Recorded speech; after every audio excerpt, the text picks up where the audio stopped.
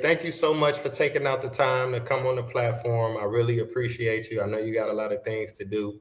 I'm definitely appreciative of the work that you're doing, and I really want to hear more about it. So, for the viewers who may not recognize you, could you let them know who you are, where you're from, and definitely what do you do? Sure. So I'm Finale Doshi-Velez. I'm a professor at Harvard University, and my main areas of focus have to do with how to get humans and AIs to work more effectively together, mostly coming from the machine learning side. So my background is in the math and the computer science and all of those pieces. But as I've gone forward in my career, I've realized just how important it is to make sure we're building these things so people can actually use them effectively for beneficial purposes. Some of my applications involve healthcare, and most recently, AI-assisted negotiation for humanitarian conflicts. When did you develop this passion for computer science and numbers and things like that? Is this something that you've always wanted to do, or did you kind of develop a passion for it later in life? That's fair. I've always been interested in a lot of different things. As a kid, I really loved doing art projects. And then at some point, like art became robots, and robots became how to control robots, became computers, became the math associated with how you design, smart robots or smart computers, these sort of things. But I've always also kept, one part of my brain is still very much like a people art sort of brain, which is why I'm really excited about how, I love doing the math, and like the math is just super fun. And even when I was like doing artsy stuff as a kid, I loved doing math as well.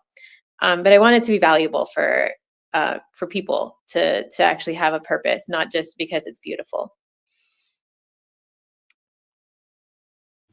Wow. Okay. Okay. That's amazing because a lot of people they find math and science so challenging, and it's something that you're very passionate about, and that's very inspiring. Now I can ask you, like, what courses do you teach, and are you teaching in a traditional classroom setting? Yeah, and actually, to your point about like people finding it hard, I think maybe my message for people who actually love this stuff is like, I, I guess you can do good things with math and science. I feel like as a kid, there was a little bit of tension there of like, oh, but is this good for anything? Because you're just like pushing numbers around and thinking that that's fun. And I'm really glad to have found a place where I'm using these math skills to help people with healthcare, with other types of decision making.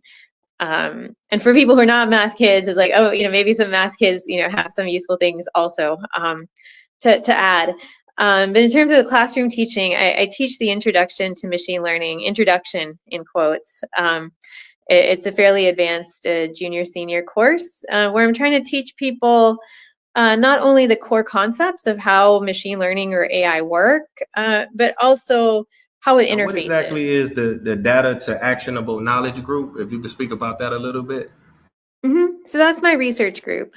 And as I mentioned, we work on a number of different application areas. I guess there are kind of two themes I would say that we have in our group. One is trying to take data that's already been created and draw insights from that data. So I have some students who are looking at electronic health records, and by looking at the electronic health records, trying to better understand, are just from looking at those data, are there treatments that seem to be working better for certain people, for example? And then the other half of the work that we do has to do with how to actually assist people in making decisions at the point of time when you're making the decision.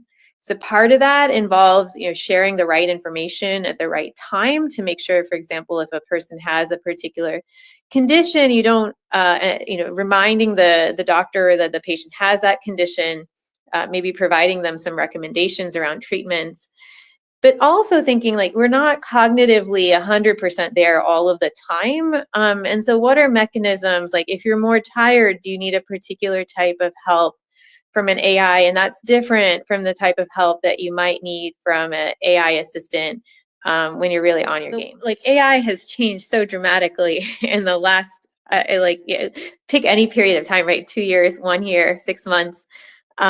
Such rapid change going on in the area of AI. And I hear you. I think there's a lot we have to think about in terms of what this means for us, like as people.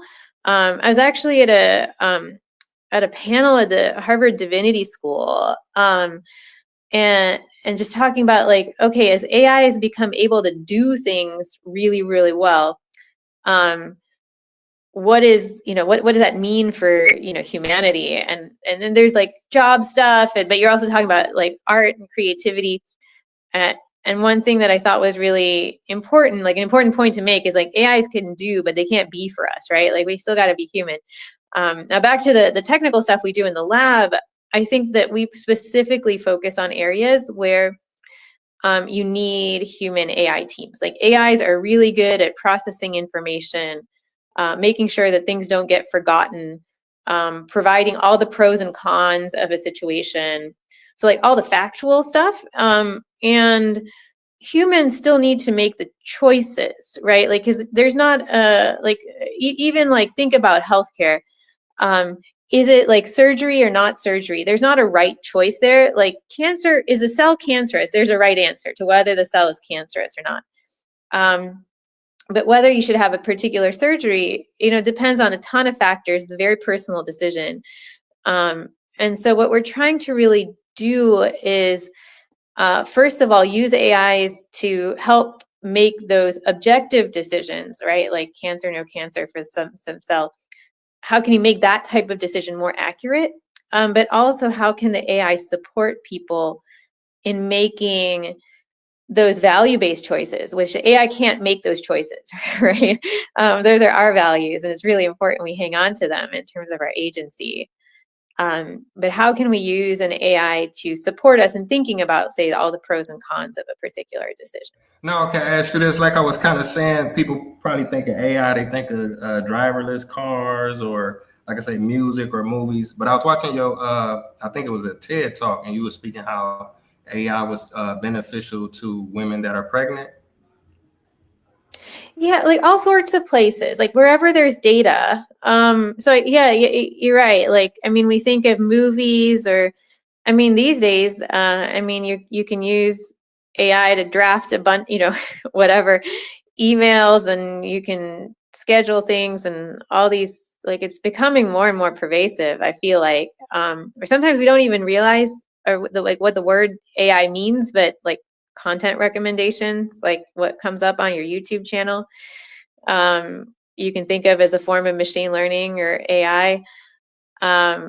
Like it's all predictive mathematics and planning mathematics about like how to make, like, the like YouTube is trying to guess what you're going to be interested in, and based on what you click on, it's updating what it thinks you're going to be interested in. So there's all these sorts of things that we interact with every day, that are autocomplete, when you're writing a text or an email. Like all of these are coming from things you could call AI or machine learning. And then I'm specifically really interested, again, in those applications around healthcare, identifying treatments. I'm actually really interested in mental health and wellness. If you got a wearable like a smartwatch, and you want to use that smartwatch to get some insights, like what's driving, like what nights do I have better sleep and what nights do I have worse sleep, for example. How can you use an AI to help you in those sort of beneficial ways that you want to be helped, right, to manage your health? I had seen an interview of yours, and you speak about using AI and HIV. If you haven't already, could you touch on that a little bit? Sure. So one project area that we worked on a couple years ago, was using AI or machine learning, reinforcement learning, to try to organize or better optimize the ordering of treatments for HIV. We developed some algorithms that maybe in retrospect kind of make sense, but were very useful, or, state of the art at the time. Idea being that if you've got a new patient, and the patient has got a lot of buddies in the data set, so There's some patients that look really similar. You can look at what treatments worked for those similar patients. And that's really just that's like your ideal situation. That other people have gone through the same thing as you have, and some of them were given treatment A, some of them were given treatment B, and you can see that, oh, the people with treatment A were doing better, and so you can then follow treatment A. But let's suppose that you're not lucky enough to have those buddies in the data set. Then rather than find someone who's really different than you and say, I hope that I'm kind of like this person, what we found is that it's better to go to a simplified model of how HIV works, in a relatively simple model is better than assuming that you're like someone who's really different than you. And then we also applied this. This was my by the way, I have to highlight, this was my postdoc at the time, now a professor at Imperial College, Sonali Parbo, really led this work. And we also found that between the EU and South Africa, there's certain strains that are shared and certain strains that are not shared. And again, being able to say, oh, like if someone in South Africa has a similar strain to those that are common in the EU, then we have the EU registries. We can use that to help inform predictions of which treatments will work.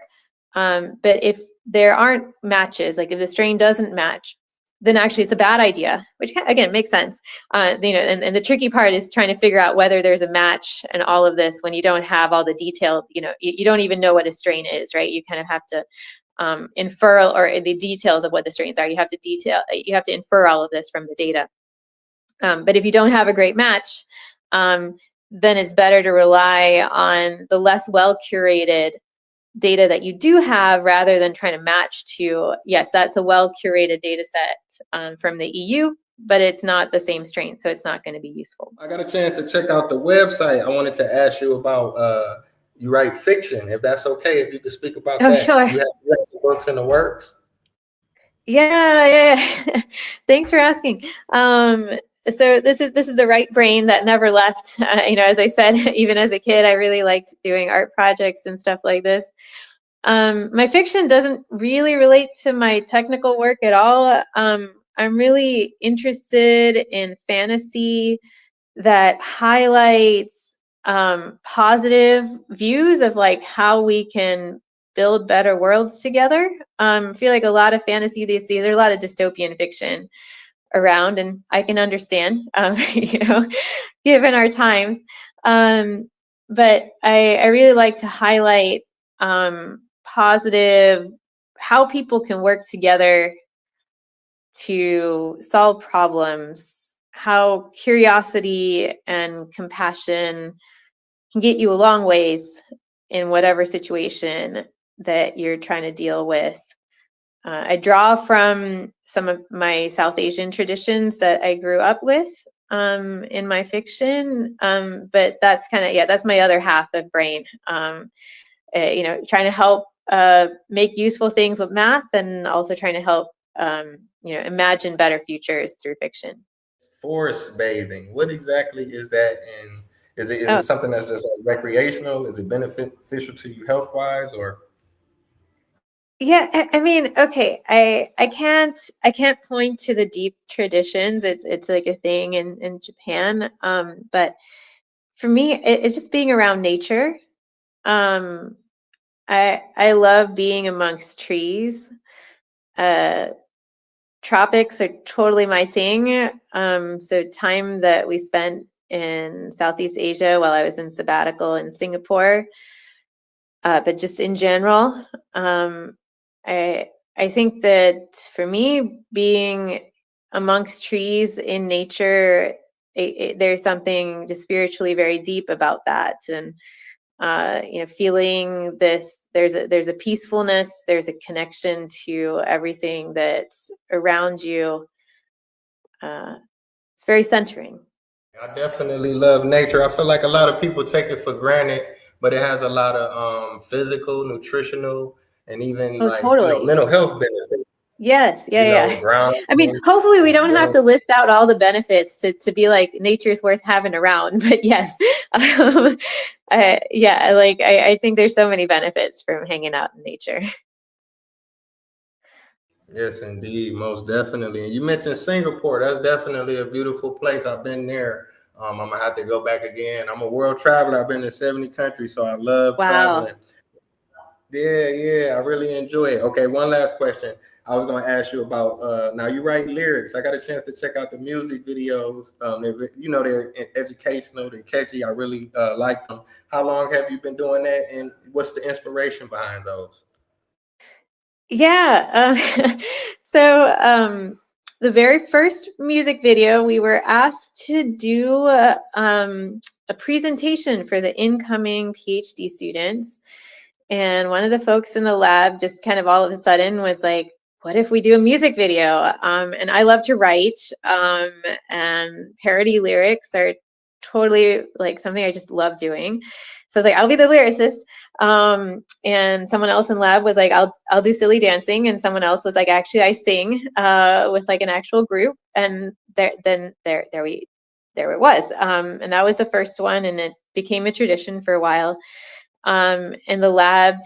I think it's just great for community. It's great for culture for people to come together. We're all really working so hard on the technical stuff that we talked about earlier in this chat, trying to build these AIs and machines that are helpful for the world. And by taking a little bit of time to just, do something that's just really fun, community building, that sort of thing. And I'll also say, while I was in Singapore, in fact, worked on a project on AI and music generation, where I was on the project not as an expert, but as a lyricist, which was a lot of fun. Not that I think that AIs are going to take over our music anytime soon.